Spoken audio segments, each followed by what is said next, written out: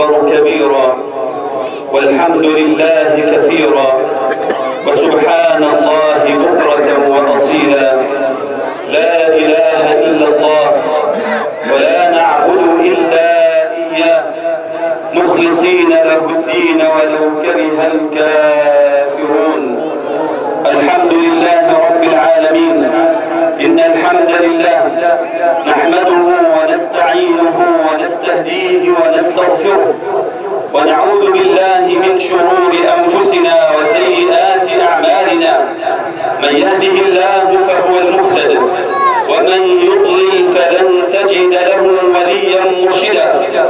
واشهد أن لا إله إلا الله وحده لا شريك له، واشهد أن سيدنا ونبينا وعظيمنا وقائدنا محمدا صلى الله عليه وسلم بلغ الرسالة وأدى الأمانة ونصح الأمة، وكشف الله تعالى به الغمة، ولم يترك شيئا مما أمر به إلا بلغه.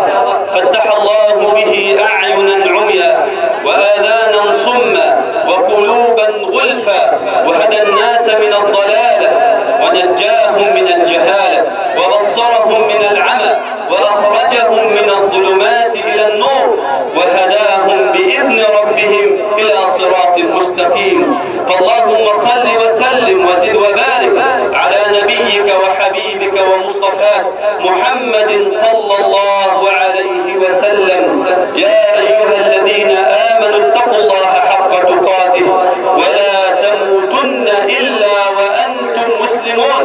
ثم أما بعد، أحباب رسول الله صلى الله عليه وسلم، تقبل الله منا ومنكم الصيام، تقبل الله منا ومنكم القيام، تقبل الله منا ومنكم صالح الأعمال. أردت في هذه الخطبة أن تكون وصية لي ولكم، لعل الله عز وجل أن ينفعني وإياكم بها. هي ليست وصيتي، ولكنها وصية علي بن أبي طالب رضي الله عنه وأرضاه. كان إذا كان آخر ليلة في رمضان صاح وهلل ونادى: ألا ليت شعري من المقبول فنهنيه، ومن المحروم فنعزيه. وقد كان يقول: أيها الناس، كونوا لقبول العمل أشد اهتماما من العمل. فهذه هي الوصية إخوة الإيمان، كونوا لقبول العمل أشد اهتماما من العمل.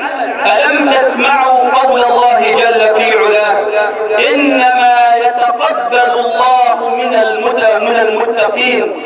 قد يدخل العجب والرياء في قلوب بعض الناس، وخاصة بعد الأعمال الصالحة، وخاصة إذا كانت كثيرة وطويلة إخوة الإيمان، كفريضة الصيام التي شرعها لنا ربنا سبحانه وتعالى، كصلاة التراويح، كصلاة التهجد، كالإكثار من النفقات. قد يدخل العجب والرياء إلى قلب المسلم، فيفرح بعمله ويغتر بعمله، فيضيع عمله ويكون هباء منثورا. لذلك بعد أن رأينا والحمد لله رب العالمين في بلدنا أعدادا لا مثيل لها والحمد لله في بيوت الله جل وعلا، وكثيرا من الصدقات التي قد أنفقت في بلادنا في هذا الشهر إخوة الإيمان، أردت أن تكون هذه هي خطبة العيد، حتى لا يدخل العجب والرياء إلى قلب واحد منا ويغتر بعمله فيحبط عمله ويكون لا شيء. لما رأينا من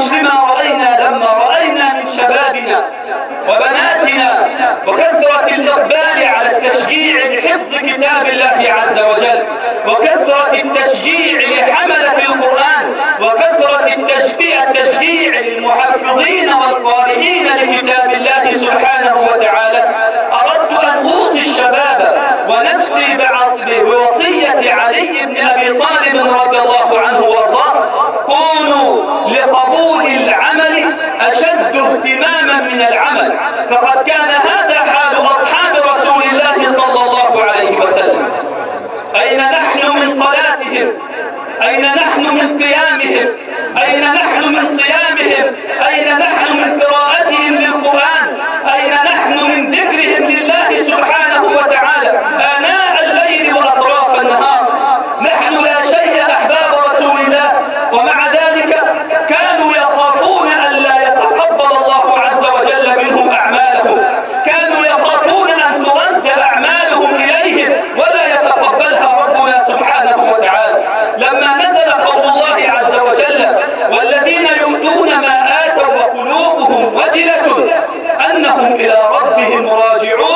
أولئك يسارعون في الخيرات وهم لها سابقون، أي يخافون أن يعطون العطاء ويخافون ألا يتقبل من الله عز وجل منهم خشية أن يكونوا قد قصروا في شروط الإعطاء أحباب رسول الله، خشية أن يكونوا قد قصروا في شروط الإعطاء. تقول أم المؤمنين عائشة رضي الله عنها وأرضاها لرسول الله: يا رسول الله، والذين يؤتون ما آتوا وقلوبهم وجلة أنهم إلى ربهم راجعون أهم الذين يشربون الخمر ويسرقون؟ قال لها رسول الله صلى الله عليه وسلم: لا يا بنت الصديق، بل هم الذين يصومون ويصلون ويتصدقون. هذه كل أفعالنا في رمضان إخوة الإيمان، صيام وصلاة وزكاة، ومع ذلك يقول رسول الله صلى الله عليه وسلم: ويخافون ألا يتقبل منهم. سيدنا عبد الله بن أبي مليكة رضي الله عنه وأرضاه، وكان من التابعين إخوة الإيمان، كان قاضيا في الطائف في خلافة عبد الله بن الزبير، وكان من المكثرين للحديث لرسول الله صلى الله عليه وسلم آخرا عن أصحابه. يقول: لقد أدركت 30 صحابيا من أصحاب رسول الله صلى الله عليه وسلم.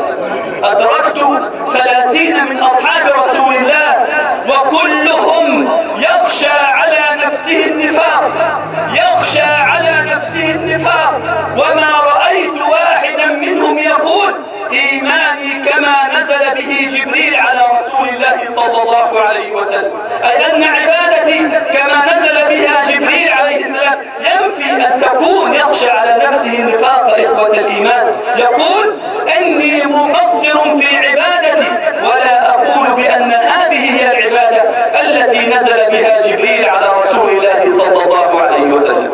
أين نحن؟ يقول أبو الدرداء رضي الله عنه وأرضاه، يقول: كونوا للعمل أشد اهتماما بالعمل. لو أني أتأكد أو أستيقن أن الله جل وعلا تقبل مني صلاة واحدة أحب إلي من الدنيا وما فيها. هذا هو المقياس عند أصحاب رسول الله صلى الله عليه وسلم، لا معاييرنا نحن إخوة الإيمان. صليت 30 ركعة 20 ركعة، قمت الليل كله، وكلنا يفرح بعمله. قل بفضل الله وبرحمته وبذلك فليفرحوا، شيء يفرح القلب إخوة الإيمان. ولكن اخشى على نفسك وخاف على نفسك من الرياء والعجب، فوالله الذي لا إله إلا غيره لو تظلل الرياء والعجب إلى قلب المسلم تضاع عمله كله ولكان هباء منثورا. فنسأل الله جل وعلا السلامة من العجب والرياء. ولم لا يكون هذا حال أصحاب رسول الله صلى الله عليه وسلم؟ وقد كان الأنبياء والمرسلين هذا حالهم. إبراهيم عليه السلام أليس هو الذي رفع البناء إخوة الإيمان؟ أي بناء؟ إنه أعظم بناء في الأرض إخوة الإيمان، يرفع بناء البيت وقواعد البيت كما أمره ربه سبحانه وتعالى، هو ولده إسماعيل. فمع ذلك يقول: ربنا تقبل منا إنك أنت السميع العليم. يدعو الله عز وجل أن يتقبل منه. سيدنا إبراهيم مع مكانته من ربه سبحانه، إن إبراهيم كان أمة قانتا لله حنيفا ولم يكن من المشركين، وصفه ربنا بأنه أمة. ربنا سبحانه وتعالى بمكانته ولقدر إبراهيم عند ربه الله عز وجل، ونزع الله عز وجل خاصية الإحراق من النار لمكانة إبراهيم عليه السلام من ربه سبحانه. قلنا يا نار كوني بردا وسلاما على إبراهيم. يدعو الله سبحانه وتعالى: رب اجعلني مقيم الصلاة ومن ذريتي. ومع ذلك يختم دعاءه: ربنا وتقبل دعاء. فهذا هو حال أصحاب رسول الله صلى الله عليه وسلم، وهذا هو حال الأنبياء والمرسلين. امرأة عمران إخوة الإيمان لما نذرت ما في بطنها وهي مريم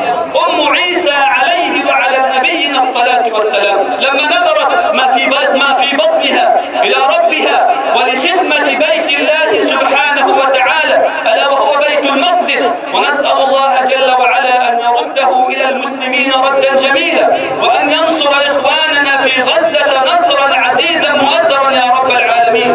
اللهم عليك بأعدائهم وأعدائنا يا رب العالمين، وكن لهم يا رب ناصرا ومعينا يا رب العالمين. هذه امرأة عمران إخوة الإيمان تنظر ما في بطنها لله ولخدمة بيت الله. رب إني نذرت لك ما في بطني محررا فتقبل مني إنك أنت السميع العليم. هكذا هو حال الأنبياء، وهذا هو حال الصالحين، وهذا هو حال أصحاب رسول الله صلى الله عليه وسلم.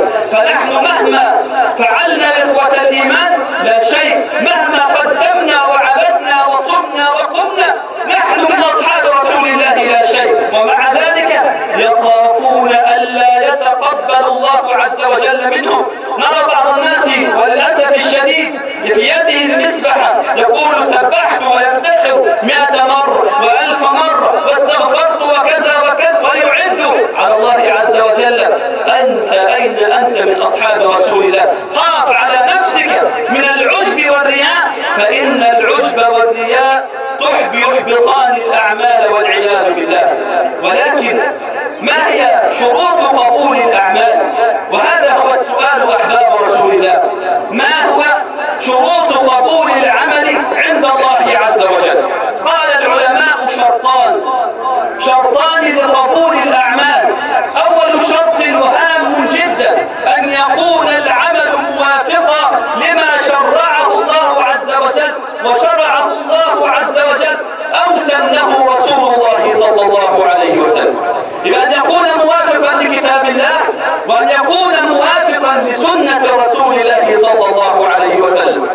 فلا يخترع إنسان عبادة من تلقاء نفسه ويقول ما الضرر في هذا، ما الضرر الذي وقع على الإسلام من زيادة في الصلاة، ما الضرر على الإسلام بإكثار من التسبيح أو غير ذلك في أوقات لم يحلها الله أو لم يشرعها لنا رسول الله صلى الله عليه وسلم. فلا بد أن يكون العمل موافقا لكتاب الله وسنة رسول الله صلى الله عليه وسلم. لذلك يقول لنا رسول الله صلى الله عليه وسلم من أحدث في أمرنا هذا ما ليس منه فهو رده رسول الله صلى الله عليه وسلم، رده على صاحبه. ليس مقبول إخوة الإيمان في حدث وقع مع أصحاب رسول الله صلى الله عليه وسلم في أمر لا يضر بالدين إخوة الإيمان في نظرنا، ولكن كان لأصحاب رسول الله صلى الله عليه وسلم نظرة خاصة، ألا وهي سيدنا عمرو بن سلمة رضي الله عنه وارضاه يقول كنا نجلس عند باب عبد الله بن مسعود رضي الله عنه وارضاه، وهو صاحب رسول الله صلى الله عليه وسلم قبل صلاة الغداء، قبل صلاة الفجر ننتظره حتى يخرج فنخرج معه، أي يذهبون إلى بيت الله حتى يصلوا الفجر إخوة الإيمان. يقول فجاءنا أبو موسى الأشعري رضي الله عنه وارضاه فسأل هل خرج إليكم عبد الله بن مسعود؟ يقول قالوا لا.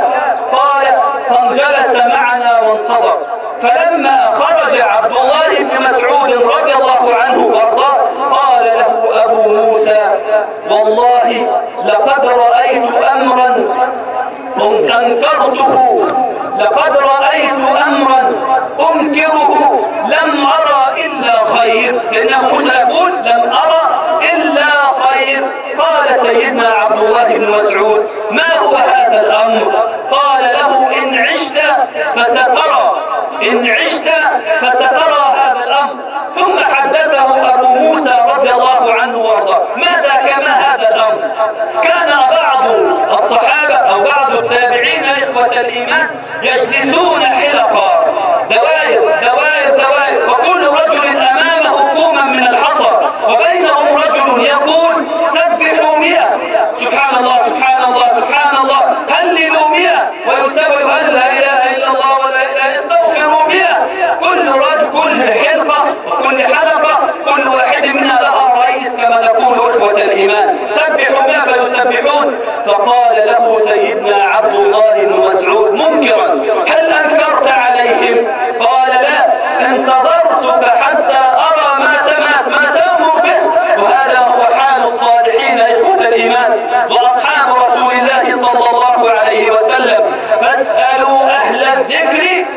إن كنتم لا تعلمون.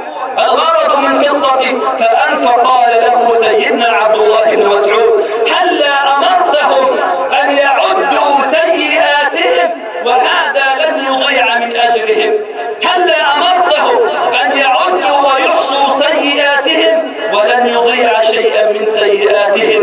فذهب إليهم أو حاصرها أو رآها سيدنا عبد الله بن مسعود مرة أخرى، فأمرهم أن يمتنعوا عن ذلك لأنهم أحدثوا أمرا لم يكن عليه رسول الله صلى الله عليه وسلم. ما المانع من الذكر إخوة الإيمان إلا أنه مخالف لشرع الله ومخالف لسنة رسول الله صلى الله عليه وسلم. العيب ليس في الذكر ولكن ما أحدثه هؤلاء فمنعهم سيدنا عبد الله بن مسعود. كذلك الشرط الثاني إخوة الإيمان أن يكون العمل خالصا لوجه الله سبحانه وتعالى، وهذا هو الشرط الثاني، أن يكون عمله خالصا لوجه الله سبحانه وتعالى. فمن كان يرجو لقاء ربه فليعمل عملا صالحا ولا يشرك بعبادة ربه أحدا. فطالما أن العمل خالصا لله سبحانه وتعالى فلن تضر قلته إخوة الإيمان، وإن كان غير خالص لوجه الله فلن تنفع كثرته أحباب رسول الله صلى الله عليه وسلم. يقول سيدنا الإمام ابن تيمية رضي الله عنه وارضاه، يقول إن العمل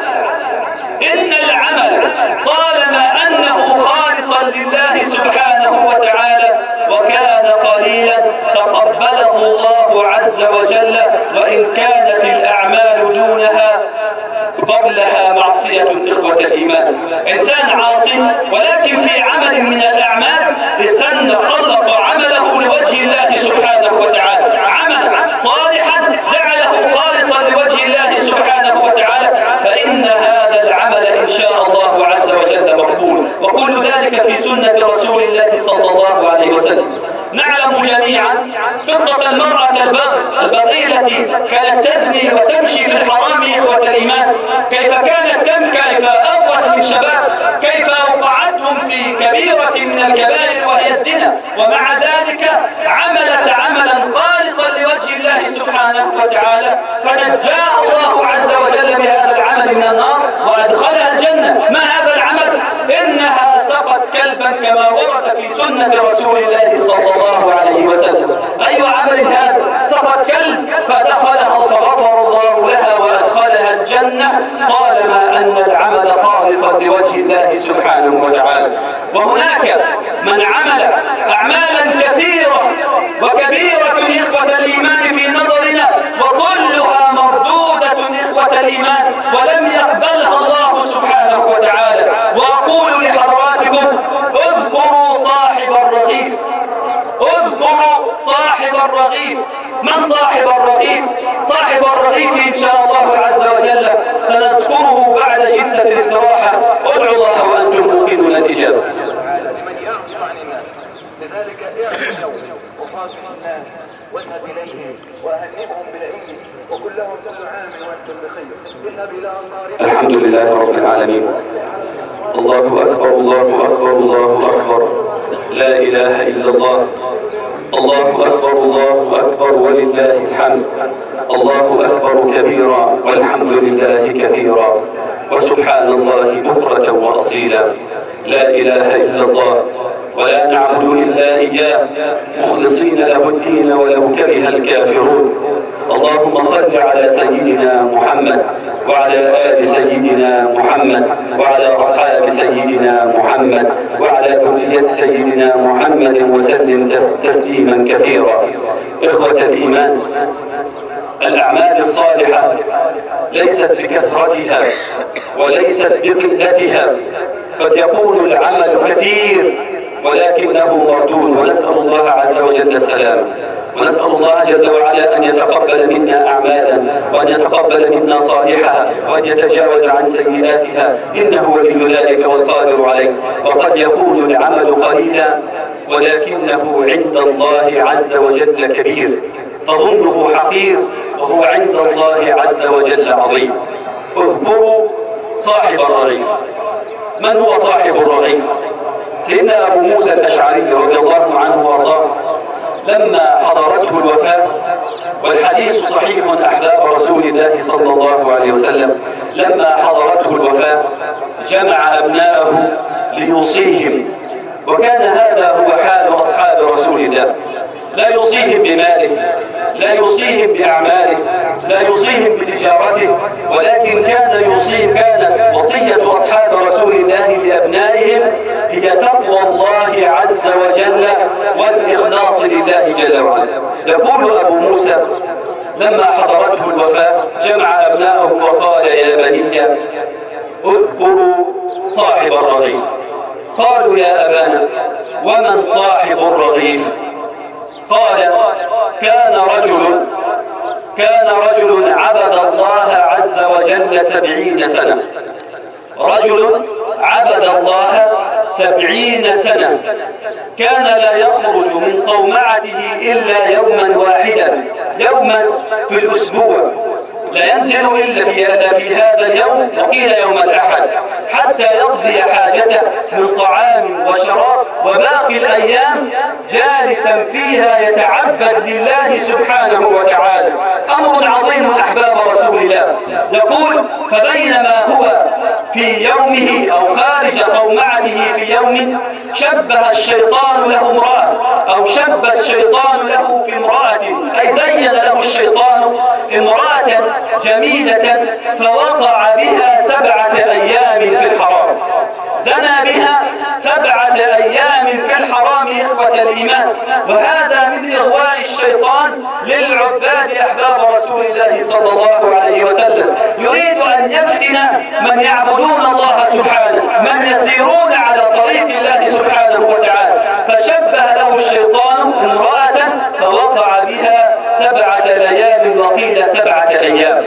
يقول: فلما أغشي عن الرجل غطاءه، كشف عن الرجل غطاءه، أي كشفت عنه هذه الحجب، وعاد إلى رشده تائبا إلى الله سبحانه وتعالى، خرج من صومعته ويمشي في الطريق هائما، لا يخطو خطوة إلا سجد لله عز وجل سجدة، تائبا لله عز وجل، نادما على ما فعل إخوة الإيمان. كيف يعبد الله عز وجل 70 سنة ويغترف هذه الفاحشة التي حرمها الله سبحانه وتعالى؟ وبينما هو في طريقه حتى غشيه الليل إخوة الإيمان، ودخل عليه الليل وكان متعبا، أتعب من كثرة المشي ومن كثرة السجود لله سبحانه وتعالى، ندما على ما فعل إخوة الإيمان، حتى أواه الليل إلى باب دكان يقف عليه 12 مسكينا، 12 مسكين يقفون عند هذا الدكان إخوة الإيمان. وكان ثم راهبا يحضر في كل ليلة 12 رغيفا لهؤلاء المساكين. فكان هذا التائب فمن تعبه وقع بين 2 منهم، فلما جاء الرجل ووزع الأرغفة على المساكين إخوة الإيمان حسب أن هذا التائب منهم فأعطاه رغيفا، وهنا أصبح العدد 13، فبقي واحدا لم يأخذ رغيفه إخوة الإيمان، فقال: يا هذا لم آخذ رغيف. قال: لعل واحدا قد أخذ رغيفين. فقال الرجل: من أخذ رغيفين فليرد إلي رغيف. فقالوا: والله لم يأخذ منا أحد إلا رغيفا واحدا. فقال: يا هذا أتراني قد منعتك رغيفك؟ أتراني قد أمسكت عنك؟ والله لن أعطيك شيئا الليلة، لن أعطيك، مش هجيب أكثر من 12 رغيف. فسمع الرجل التائب ما كان، فأخذ الرغيف وأعطاه للمسكين صاحب الرغيف. فلما أصبح الصباح مات الرجل من التعب وقلة الطعام إخوة الإيمان. فوزنت أعماله أو فوزنت عبادة 70 عاما في مقابل 7 أيام، فرجحت 7 أيام ولا حول ولا قوة قوة إلا بالله.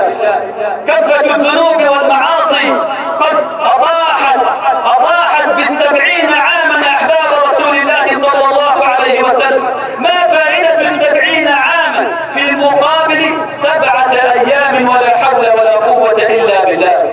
يقول سيدنا أبو موسى الأشعري رضي الله عنه وارضاه، يقول فوزن الرغيف في مقابل 7 ليال أو 7 أيام فطاح بهم الرغيف أحباب رسول الله صلى الله عليه وسلم. لماذا؟ لأن هذا العمل كان خالصا لوجه الله سبحانه وتعالى، ما كان رياء وما كان سمعة وما كان فيه العجب إخوة الإيمان، ولكن أعطى الحقوق لأصحابها خالصا لوجه الله سبحانه وتعالى. فلا يغتر واحد منا بعمل بصيامه وقيامه وتهجده وكثرة صدقاته، بل يسأل الله عز وجل القبول.